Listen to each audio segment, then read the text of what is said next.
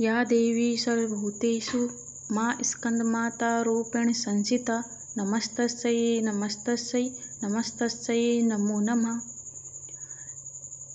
नवरात्रि माँ दुर्गा की पांचवी शक्ति स्कंद माता की पावन कथा।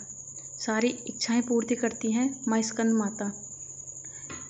सिंहासनगता नित्यं पद्माश्रितकरद्वया शुभादास्तु सदा देवी स्कंद माता यशस्विनी। पहाड़ों पर रहकर सांस्कारिक जीवों में नवचेतना का निर्माण करने वाली स्कंद माता नवरात्रि में पांचवें दिन इस देवी की पूजा अर्चना की जाती है। कहते हैं कि इनकी कृपा से मूढ़ भी ज्ञानी हो जाता है। स्कंद कुमार कार्तिकेय की माता के कारण इन्हें स्कंद नाम से जाना जाता है। इनके विग्रह में भगवान स्कंद बाल रूप में इनकी गोद में विराजित हैं। इस देवी की 4 भुजाएं हैं। ये दाईं तरफ की ऊपर वाली भुजा से स्कंद को गोद में पकड़े हुए हैं। नीचे वाली भुजा में कमल का पुष्प है। बाईं तरफ ऊपर वाली भुजा में वर मुद्रा में है। नीचे वाली भुजा में कमल पुष्प है। इनका वर्णन एकदम शुभ्र है। ये कमल के आसन पर विराजमान रहती हैं, इसलिए इन्हें पद्मासना भी कहा जाता है। सिंह इनका वाहन है। शास्त्रों में इनका काफ़ी महत्व बताया गया है। इनकी उपासना से भक्त की सारी इच्छाएं पूर्ण हो जाती हैं, भक्तों को मोक्ष मिलता है। सूर्यमंडल की अधिष्ठात्री देवी होने के कारण इनका उपासक अलौकिक तेज और कांतिमय हो जाता है। अतः मन को एकाग्र रखकर और पवित्र रखकर इस देवी की आराधना करने वाले साधक या भक्त को भवसागर पार करने में कठिनाई नहीं आती है। उनकी पूजा से मोक्ष का मार्ग सुलभ हो जाता है। यह देवी विद्वानों और सेवकों को पैदा करने वाली शक्ति है, यानी चेतना का निर्माण करने वाली हैं। कहते हैं कालिदास द्वारा रचित रघुवंश महाकाव्य और मेघदूत रचनाएं स्कंद माता की कृपा से ही संभव हुई हैं। 3 अक्टूबर से शारदीय नवरात्र के पावन पर्व की शुरुआत हो गई है। पूरे देश में नवरात्रि का पावन पर्व पूरे धूमधाम से मनाया जा रहा है। कल यानी 7 अक्टूबर को नवरात्रि का 5वां दिन है। नवरात्रि के 5वें दिन स्कंद माता की आराधना की जाती है और भगवान शिव और पार्वती के पुत्र कार्तिकेय को स्कंद के नाम से भी जाना जाता है। भगवान स्कंद को माता पार्वती ने प्रशिक्षित किया था, इसलिए माँ दुर्गा के 5वें स्वरूप को स्कंद माता कहते हैं। स्कंद माता की कथा एक पौराणिक कथा के अनुसार कि एक राक्षस था जिसका नाम तारकासुर था, जिसका अंत केवल शिव के पुत्र के हाथों संभव था। तो तारकासुर एक बार तपस्या की और उसने ब्रह्मा जी को प्रसन्न किया। ब्रह्मा जी ने प्रसन्न होकर उसे दर्शन दिए और उससे कहा कि मैं तेरी तपस्या से प्रसन्न हूँ, तेरी जो इच्छा हो तू मांग ले। तो तारकासुर ने बोला कि मुझे, हे ब्रह्मा जी, आप मेरी तपस्या से प्रसन्न हैं तो मुझे अमर होने का वरदान दें। लेकिन ब्रह्मा जी ने उसे समझाया कि जिसका जन्म हुआ है उसका मरना निश्चित है, इसलिए मैं तुझे अमर होने का वरदान नहीं दे सकता, और जो तेरी इच्छा हो तो मांग ले। तो तारकासुर ने कहा कि ठीक है, यदि आप मुझे अमर होने का वरदान नहीं दे सकते तो आप मुझे शिव के पुत्र के हाथों ही मेरी मृत्यु हो ऐसा वरदान दें।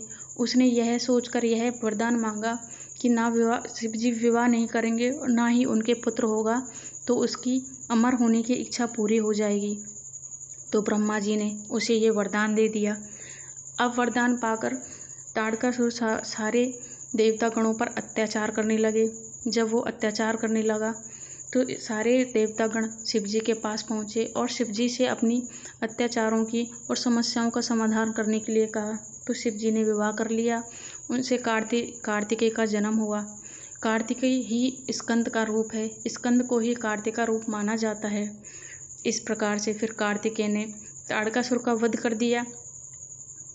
इस प्रकार से ये कथा बताई जाती है। स्कंद माता को इन नामों से भी जाना जाता है। स्कंद माता हिमालय की पुत्री पार्वती है।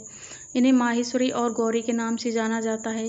पर्वतराज हिमालय की पुत्री होने के कारण पार्वती कही जाती हैं। इसके अलावा महादेव की पत्नी होने के कारण इन्हें माहेश्वरी नाम दिया गया है और अपने गौर वर्ण के कारण गौरी भी कही जाती हैं। माता को अपने पुत्रों से अति प्रेम है। यही कारण है कि माँ अपने पुत्र के नाम से पुकारा जाना उत्तम लगता है। मान्यता है कि स्कंद माता की कथा पढ़ने या सुनने वाले भक्तों को माँ संतान सुख और सुख प्राप्ति होने का वरदान देती है। स्कंद माता की पूजा से मिलता है ये वरदान कि जिन लोगों को संतान प्राप्ति में बाधा आ रही हो उन्हें माँ इस रूप में पूजा करनी चाहिए। आदिशक्ति का स्वरूप संतान प्राप्ति की कामना पूर्ण करने वाला माना है। स्कंद माता की पूजा कुमार कार्तिकेय का होना जरूरी होता है। स्कंद माता को इन चीज़ों का भोग लगाना चाहिए। स्कंद माता को स्वरूप केला अर्पित करना चाहिए। माँ को पीली वस्तुएं अति प्रिय होती हैं, इसलिए उन्हें केसर डालकर खीर बनाएं और उसका भी भोग लगा सकते हैं। जो भक्त देवी स्कंद माता के भक्ति भाव से पूजन करते हैं उन्हें देवी की कृपा प्राप्त होती है। देवी की कृपा से भक्त की मुराद पूरी होती है और घर में सुख शांति एवं समृद्धि रहती है। स्कंद माता की पूजा में धनुष बाण अर्पित करने का विशेष महत्व होता है। इन्हें सुहाग का सामान अर्पित करना चाहिए। नवरात्रि के 5वें दिन लाल वस्त्र में सुहाग की सभी सामग्री, लाल फूल, अक्षत के समेत माँ को अर्पित करने से महिलाओं को सौभाग्य और संतान की प्राप्ति होती है। माँ की कृपा से बुद्धि का विकास होता है, ज्ञान का आशीर्वाद प्राप्त होता है। माँ की कृपा से पारिवारिक शांति भी प्राप्ति होती है। माँ की आराधना से शुभता की प्राप्ति होती है। कैसे करें माँ स्कंद माता की पूजा कैसे करें? नवरात्रि के 5वें दिन सबसे पहले स्नान करें और स्वच्छ वस्त्र धारण करें। पूजा स्थान में चौकी पर स्कंद माता की तस्वीर या प्रतिमा स्थापित करें। प्रतिमा का गंगा जल से शुद्धिकरण करें। अब एक कलश में पानी लेकर उसमें सिक्के डालें और उसे चौकी पर रखें। इसके बाद स्कंद माता को रोली कुमकुम लगाएं, नैवेद्य अर्पित करें। अब माँ की आरती उतारें। आरती के बाद घर में सभी लोगों को प्रसाद बांटें। इस दिन माता श्वेत कपड़े पहनकर माँ को केले का भोग लगाएं। मान्यता है ऐसा करने से माँ निरोगी होने का आशीर्वाद देती है।